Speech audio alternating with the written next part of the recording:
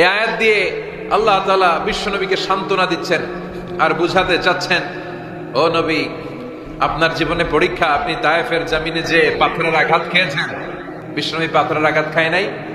খেয়ে না খেয়ে দিন প্রচারের কাজে নিজেকে দিয়েছ বিলিয়ে, তায়েফের কাফিরেরা চিনল না সে আলো, দুষ্ট ছেলেদের পিছু দিল লেলিয়ে। পাথরের আঘাতে ক্ষত বিক্ষত হয়ে সারা শরীর থেকে রক্ত ঝরে। হে রাসূল, তোমাকে ভুলি আমি কেমন করে। ঠিক কিনা?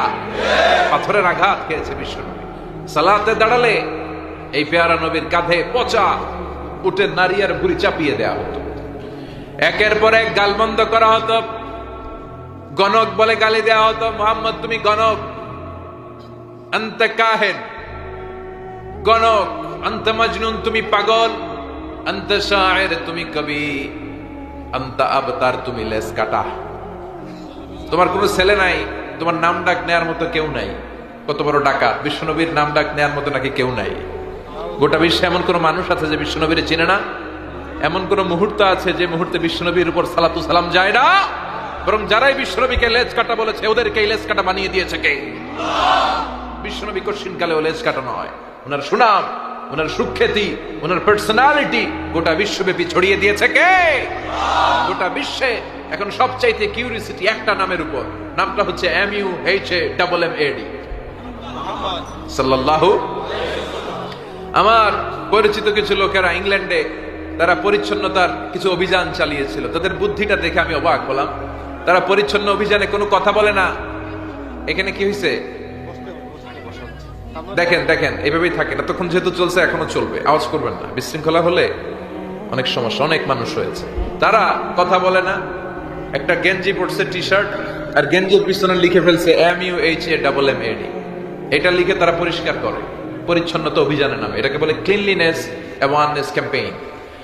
তো এই যেই জায়গাগুলোতে ময়লা, লন্ডন সিটির লোকেরা ওখানে ময়লা টয়লা আর দেখে না, খুব পরিষ্কার জায়গাগুলো। কিরে, সবার মনে ধারণা পরিষ্কার করলো কে? যে দেখে কিছু ছেলেরা করে, আর তারা কারোর সাথে কথা বলে না। পিঠের মধ্যে লেখা খালি মোহাম্মদ। লেখা কি? নামটা শুনতে কেমন লাগে? হৃদয়টা ঠান্ডা হয়ে যায় না?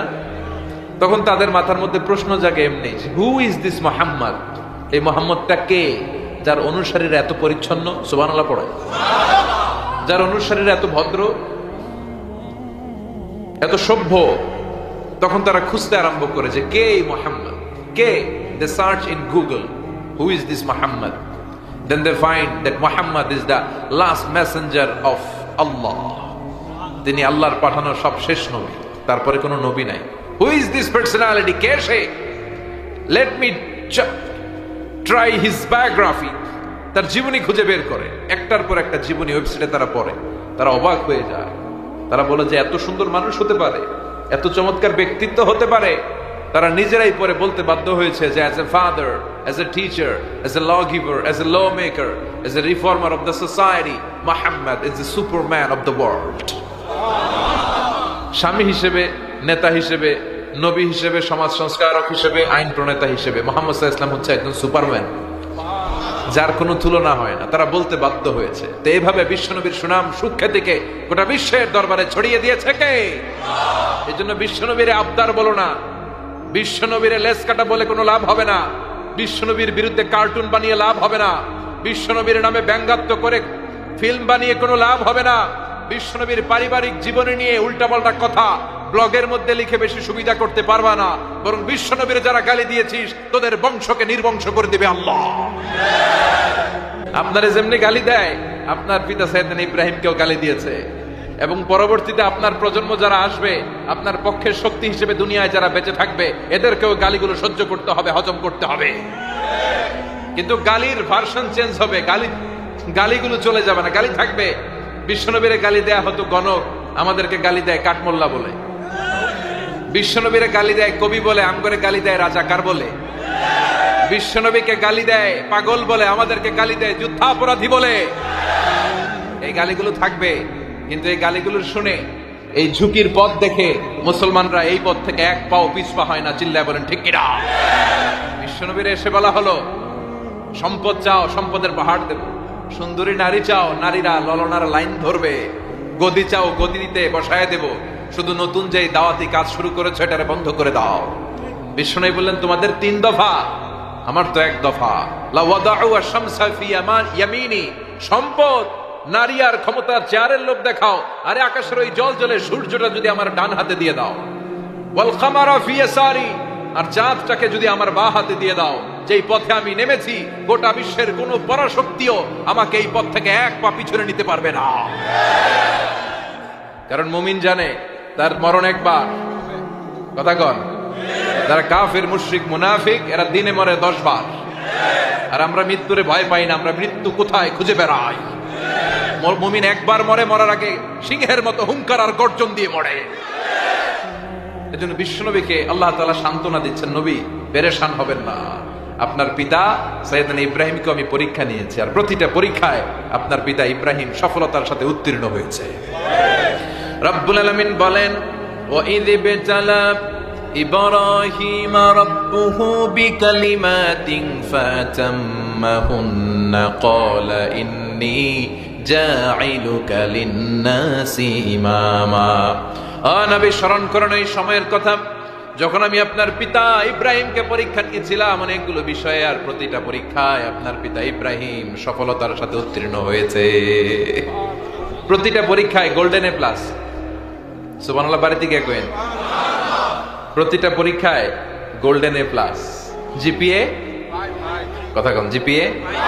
প্রতিটা পরীক্ষায় পাশ করে তিনি আল্লাহর কাছ থেকে গ্লোবাল অ্যাওয়ার্ড নিয়েছে। গ্লোবাল অ্যাওয়ার্ড পায় না, ডক্টর ডিগ্রি পায় না।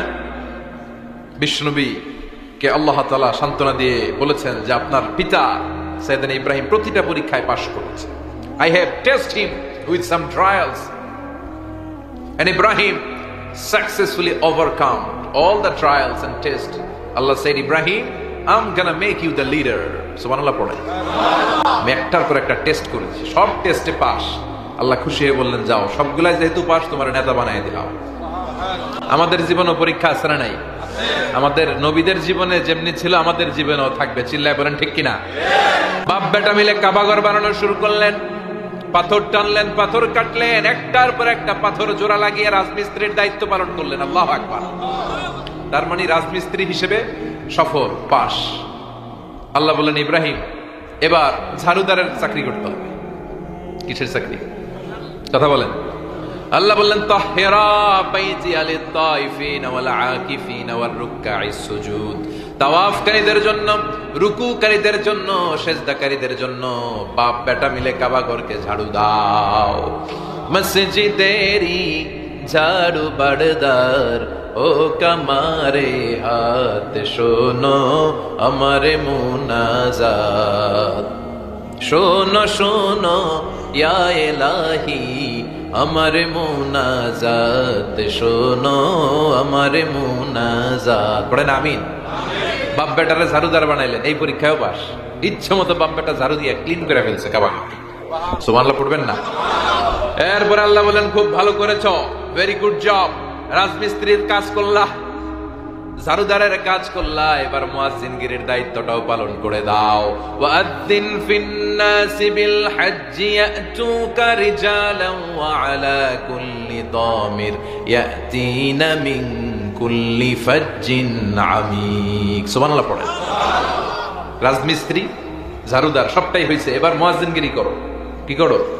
তার মানে আজান দাও। আজানের অর্থ হচ্ছে ঘোষণা দেয়া, অ্যানাউন্সমেন্ট। আজান মানে কি? অ্যানাউন্সমেন্ট। ইব্রাহিম, ঘর যে বানালাম, হজের জন্য ঘর যে পরিচ্ছন্ন করলা, হজের ঘোষণা দাও। সাইয়েদনা ইব্রাহিম বললেন, আল্লাহ, জনমানব শূন্য এলাকা, মানুষ নাই, কোনো প্রাণী নাই, কোনো পাখি নাই, এই ভূমির ভেতরে, মরুভূমির ভেতরে কেউ নাই, কার সামনে হজের ঘোষণা দেব? আল্লাহ বললেন, তুমি একটা পাথরের উপরে উঁচু জায়গায় দাঁড়িয়ে ঘোষণা দাও। তোমার ঘোষণাটা আমি আল্লাহ নিজ দায়িত্বে পৃথিবীর সবগুলো মানুষের কানে পৌঁছে দেব। উনি দিলেন আজান। আইয়ুহান নাস ইত্তাখাযাল্লাহু বাইতান ফাহাজ্জু। ও দুনিয়ার মানুষেরা, আল্লাহ একটা ঘর বানিয়েছে এবং আদেশ করেছে, আজ থেকে এই ঘরে আসো তোমরা, প্রতি বছর জিলহজের ওই মাহেন্দ্রক্ষণে এসে এসে হজ করে যাও। ওই আওয়াজটা আল্লাহ পৃথিবীর সবার কানে তখন পৌঁছে দিলেন। আমরা তখন ছিলাম রুহের জগতে, পৃথিবীতে আসি নাই। আলামেল আরওয়াহ আমরা যারা ছিলাম, আমাদের কানেও আল্লাহ পৌঁছে দিয়েছেন। আর আমরা যারা লাব্বাইক বলে আওয়াজ করতে পেরেছি, তাদেরকে আল্লাহ হজ করার, উমরা করার নসিব করবেন। জোরে কোন ঠিক কিনা? এত বরকতময় নবী ছিলেন তিনি, যেখানেই হাত লাগিয়েছেন জায়গাটারে বরকতময় করেছে কে? যেখানেই পা লাগিয়েছেন বরকত দিয়ে পূর্ণ করেছে কে? তিনি যেই পাথরের উপর দাঁড়িয়ে কাবাঘর নির্মাণ করলেন, ওই পাথরটারে আল্লাহ মুসল্লা বানায় দিলেন। ওয়াত্তাখিযু মিন মাকামি ইব্রাহিমা মুসাল্লা। আল্লাহ বললেন, ও গোটা বিশ্বের মুমিন বান্দা বান্দিরা, আমার ইব্রাহিমের দাঁড়ানোর জায়গাটারে তোমরা মুসল্লা বানিয়ে দাও। এটা আমাদের মুসল্লা, মাকাম ইব্রাহিম। একটা পাথরে দাঁড়িয়ে উনি কাবাঘর বানিয়েছিলেন। জানেন না ইতিহাস, হিস্ট্রিটা জানেন সবাই? ওই পাথর নাকি উঠে যেত উপরে, অটোমেটিক্যালি নেমে যেত। সুবহানাল্লাহ পড়ে। ওনার ইতিহাসকে চিরস্মরণীয় আর অম্লান করে রাখার জন্য এই পাথরের জায়গাটা মাকাম ইব্রাহিমকে আল্লাহ কাবাঘরের পাশে স্থান দিয়েছে।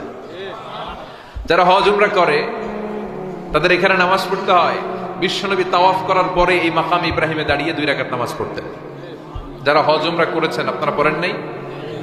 পৃথিবীর কোন পাথরের মধ্যে পা দিয়ে ইচ্ছা মতো ধাক্কা মারলে, লাথি মারলে ওই পায়ের দাগ পাথরে পড়বে, কিন্তু সাইয়েদনা ইব্রাহিমের পায়ের দাগ মানে ফুটপ্রিন্ট ওই পাথরে তুলে দিয়েছে কে? কাবাঘরের একেবারে পাশে ওই পাথর। তার মানে এমন নবী, যে নবীর পা যেই জায়গায় লেগেছে ওই জায়গাটারে আল্লাহ তাআলা আমাদের মুসল্লা বানিয়েছে। ওনার স্ত্রী হাজার, আমরা যারা বিবি হাজরা বলি, উনি পানির সন্ধানে সাফা থেকে মারোয়া, মারোয়া থেকে সাফায় 7 বার দৌড়ালেন। পানি কই, পানি কই, পানি নাই। ওনার দৌড়াদৌড়িটা আল্লাহর এত ভালো লাগলো, কিয়ামত পর্যন্ত সব হাজী সাহেবদের জন্য এই জায়গায় দৌড়াদৌড়িটা আল্লাহ ওয়াজিব করে দিয়েছেন। তার মানে স্বামীর পা যেই জায়গায় লাগে ওইটা বানালেন মুসল্লা, স্ত্রীর পা যেই জায়গায় লেগেছে ওই জায়গাটারে বানালেন সাই করার জায়গা। আর কলিজার টুকরা সন্তান ইসমাইলের পা যেই জায়গায় লাগিয়েছে ওই জায়গাটারে বানিয়েছেন জমজমের কুয়া। দুধের বাচ্চা ইসমাইল পা দিয়ে লাথি মারে, কলকল করে পানি বেরোয়। হাজার, যাকে বলি আমরা বিবি হাজেরা, দৌড়ে আসলেন, এসে দেখে পানি।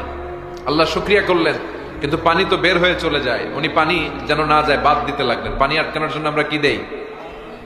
বেরি বাদ দিচ্ছেন। ওনারা আরবি ভাষা জানতেন না, জানতেন সুরিয়ানি ভাষা। সুরিয়ানি ভাষায় উনি নিজের ভাষায় বলছিলেন ঝাম ঝাম ঝাম, মানে হচ্ছে থাম থাম, পানি চলে যাস না। উনার মুখ নিঃসৃত এই ঝাম ঝাম শব্দ দুইটা আল্লাহর এত ভালো লাগলো, কিয়ামত পর্যন্ত আল্লাহ তাআলা এই কুয়ার পানির নাম জামজামের কুয়ার পানি বানিয়ে দিলেন। The most blessed water ever in the world. পৃথিবীতে প্রাপ্ত প্রাকৃতিক পানিগুলোর মধ্যে সবচেয়ে ভালো পানি। পৃথিবীর সবচেয়ে ভালো পানির মধ্যে পানি হচ্ছে ভূগর্ভস্থ পানি, যেটা অনেক নিচ থেকে পাওয়া যায়, এটা খুব ফ্রেশ। আরেকটা হচ্ছে ডাবের পানি, আর এই সবগুলোর চেয়ে শ্রেষ্ঠ হচ্ছে এই জামজামের পানি। বিশ্বনবী বলেছেন, মা উ জামজাম লিমা শুরিবা লাহু, যে রোগের নিয়তে জামজাম খাবেন ওই রোগ ভালো করে দিবে কে?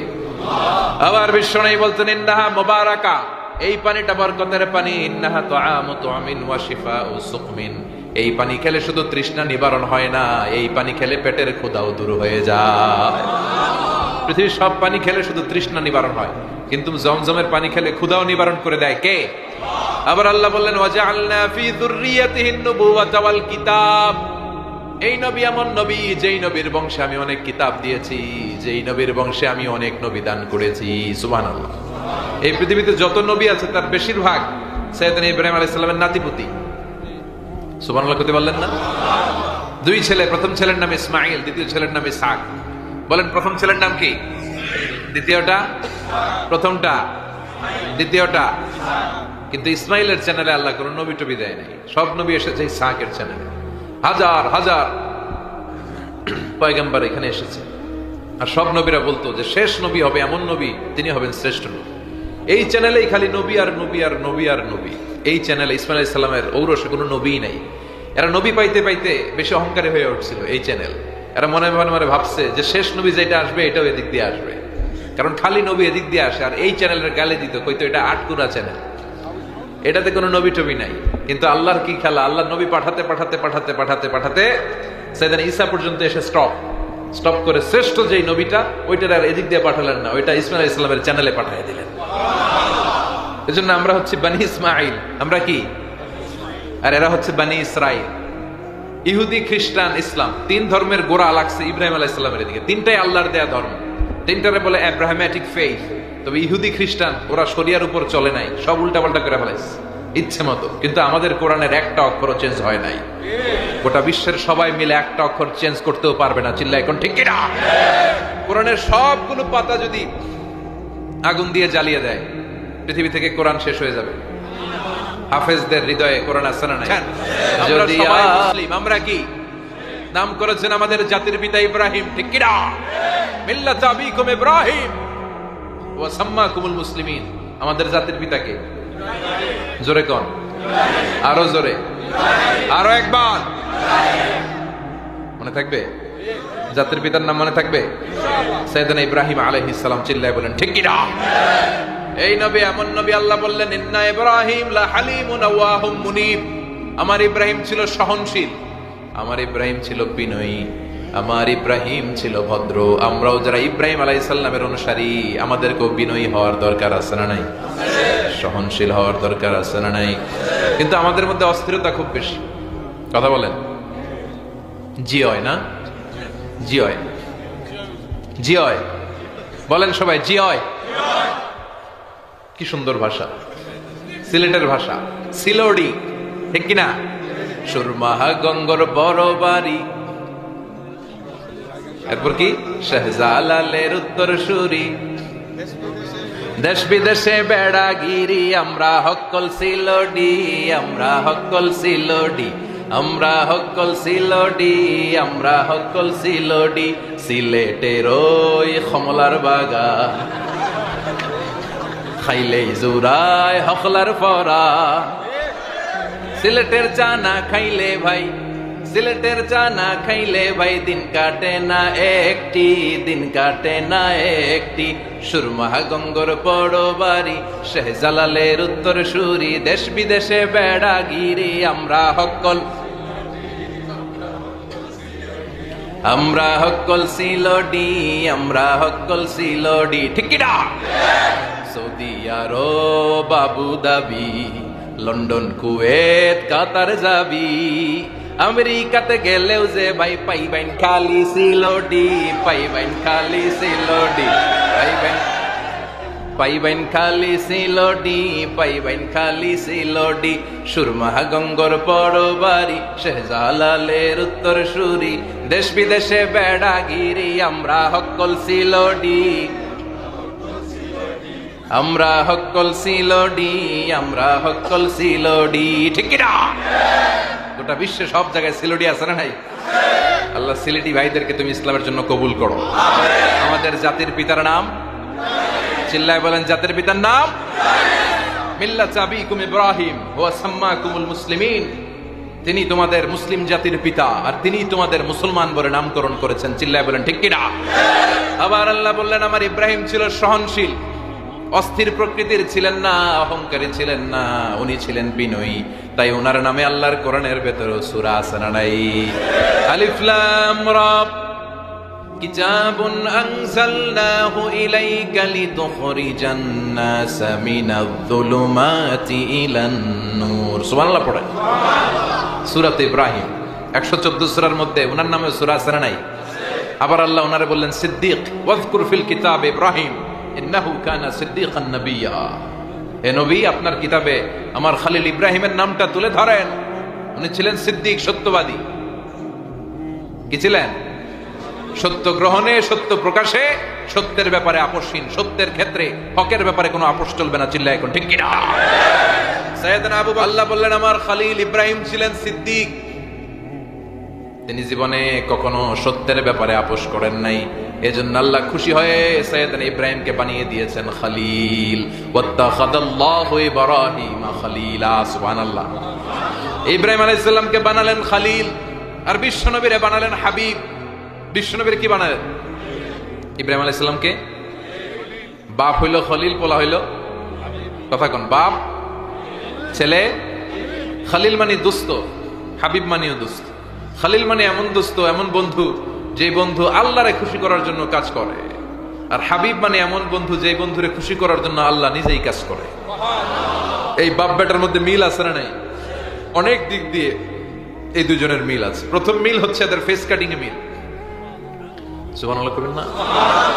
সাইয়েদনা ইব্রাহিম আলাইহিস সালাম আর বিশ্বনবী দেখতে একরকম ছিল। আমরা জান্নাতে যে দেখবো ইনশাআল্লাহ। জান্নাতে যে শুধু নবীদের কেন, আমরা আল্লাহরেও দেখবো।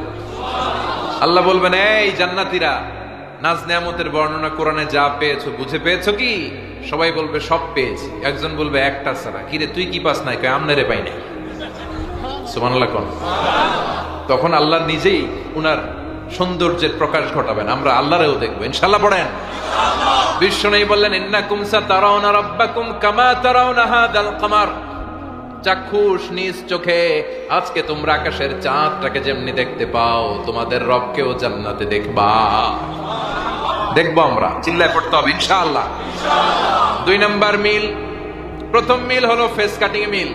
বিশ্বনবী যখন মেরাজ রজনীতে আকাশের আকাশে এক এক নবীর সাথে সাক্ষাৎ করলেন, সাইয়েদনা ইব্রাহিমের সাথেও সাক্ষাৎ করলেন। দুনিয়ায় এসে সাহাবাদেরকে বললেন কোন নবী দেখতে কিরকম। বলতে বলতে যখন সাইয়েদনা ইব্রাহিমের বর্ণনা দিতে গেলেন, বিশ্বনবী বুখারীর বর্ণনায় বললেন, আম্মা ইব্রাহিম ফানজুর ইলা সাহিবিকুম। কেউ যদি ইব্রাহিমের চেহারার বর্ণনা শুনতে চাও, আমি বিশ্বনবীর চেহারার দিকে তাকাও। আমি দেখতে যেমন, আমার বাপ ইব্রাহিমও তেমন। আবার এই দুইজনের ক্ষেত্রে আল্লাহ বলেছেন উসওয়ায়ে হাসানা, উত্তম আদর্শ। লাকাদ কানা লাকুম ফি রাসূলিল্লাহি উসওয়াতুন হাসানা। তোমাদের জন্য বিশ্বনবীর জীবনের ভেতরে আদর্শ আছে না নাই? আবার বললেন উসওয়াতুন হাসানা ফি ইব্রাহিম। বিশ্বনবী যেমনি তোমাদের মডেল, সাইয়েদনা ইব্রাহিম মডেল, ঠিক কি না? আমাদের মডেল নবীরা, কোন কবিরা না, গায়ক গায়িকারা না, কোন সিঙ্গাররা না, কোন রাজনীতিবিদরা নয়, কোন সেলিব্রিটিরা নয়, কোন ক্রিকেটার নয়, কেউ আমাদের মডেল নয়। আমাদের মডেল হচ্ছে নবীরা। চিল্লায় বলেন ঠিক কিনা? নবীরা আমাদের মডেল, তারা আমাদের অনুপম অনুকরণীয় আদর্শ। তারা যেই পথে চলেছেন আমরাও চলবো ওই পথে। তাহলে আমাদের জীবনটারে কবুল করবে কে?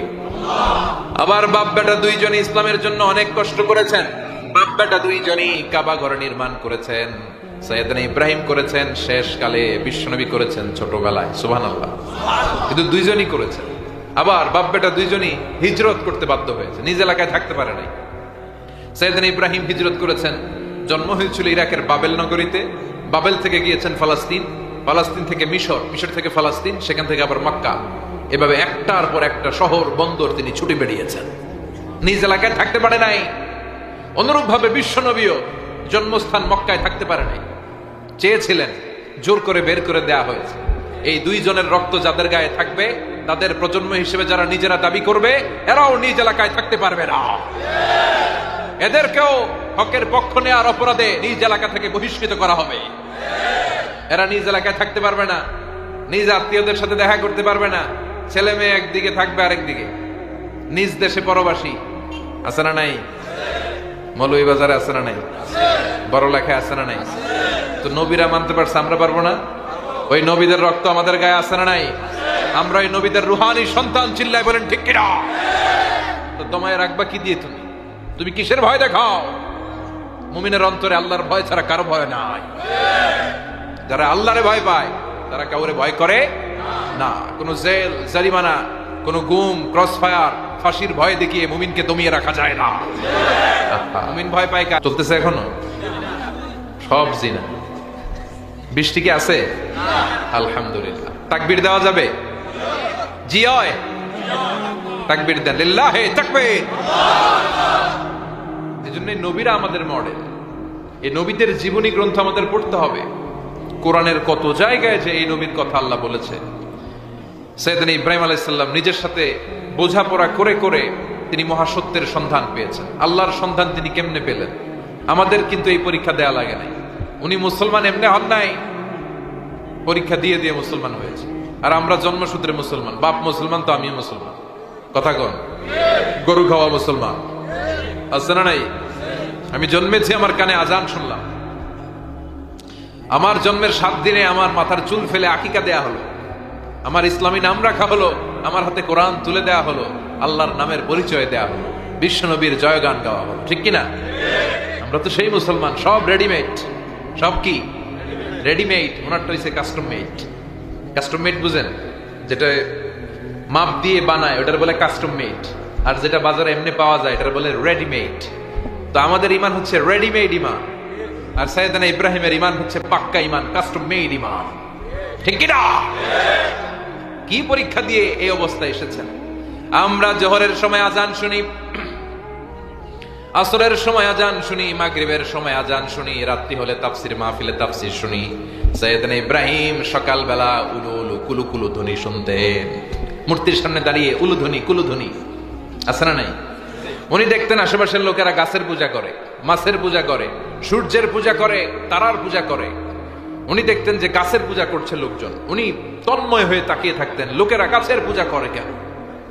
কেন গাছের পূজা করে? উনি ভাবতেন যে গাছ কি আমার রব? পরে দেখে না, লোকজন পূজা শেষে যখন ঘরে লাকড়ি আর কাঠ দরকার, কোপাইয়া এই গাছ কেটে ফেলায়। তার মানে কিছুক্ষণ খোদা খোদা, এরপরে কোপা, এরপর তো খোদারে কোপাইলে এটা খোদা থাকে? আর কথা কন। সাইয়েদনা ইব্রাহিম আলাইহিস সালাম কনভিন্সড হতে পারেন না। এরপর দেখলেন আগুনের পূজা চলছে। কিসের? সবাই মিলে আগুনের সামনে নমস্ত নমস্ত গায়। जो तो मिटाना चाहे जीवन का तृष्णा, सुबह शाम बोल बंदे कृष्णा कृष्णा कृष्णा। আগুনের সামনে যে গায়, উনি তাকিয়ে রইলেন, কিরে গায় কেন? আগুনে কি আমার খোদা?